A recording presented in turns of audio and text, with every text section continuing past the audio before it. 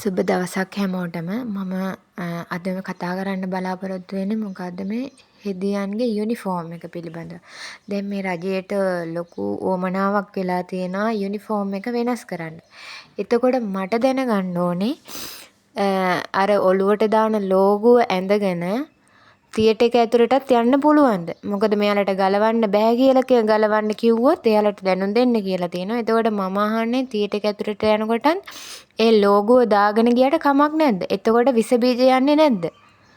මට තියෙන ප්‍රශ්නේ ඒකයි. මොකද මේ මෙච්චර කාලෙකට මේ හෙදියන්ගේ යුනිෆෝම් එකෙන් කාටවත් ප්‍රශ්නයක් වෙලා නැහැ. ඒත් මේ රජයට මොකද්ද තියෙන ප්‍රශ්නේ කියලා තමයි මට දැනගන්න ඕනේ.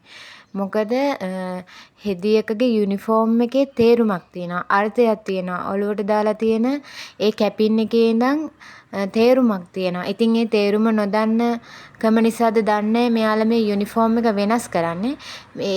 මේ යුනිෆෝම් එක අඳින්න බැරි කෙනෙක් ඉන්නවා නම් හෙද සේවයට බැඳෙන්නේ නැතුව හිටියනම් හරි.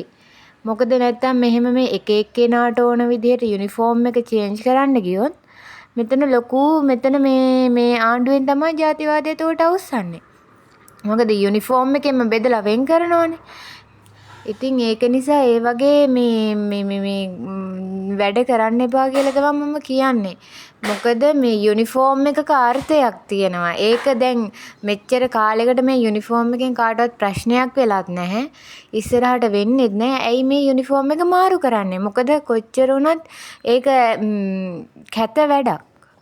ඒකයි මට කියන්න ඕනේ මේ වගේ ජරා වැඩ කරන්න එපා. ආණ්ඩුවෙන් උනත් කවුරු උනත් මේ වගේ ජරා වැඩ කරන්න එපා.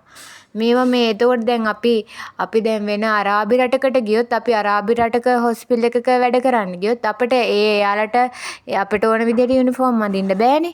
අපි එයාලගේ විදිහට අපි හැඩ ගැහෙන්න ඕනේ. ඒ වගේම මෙහි ඉන්න අයටත් ඒ විදිහට උගන්වන්න පුරුදු කරන්න.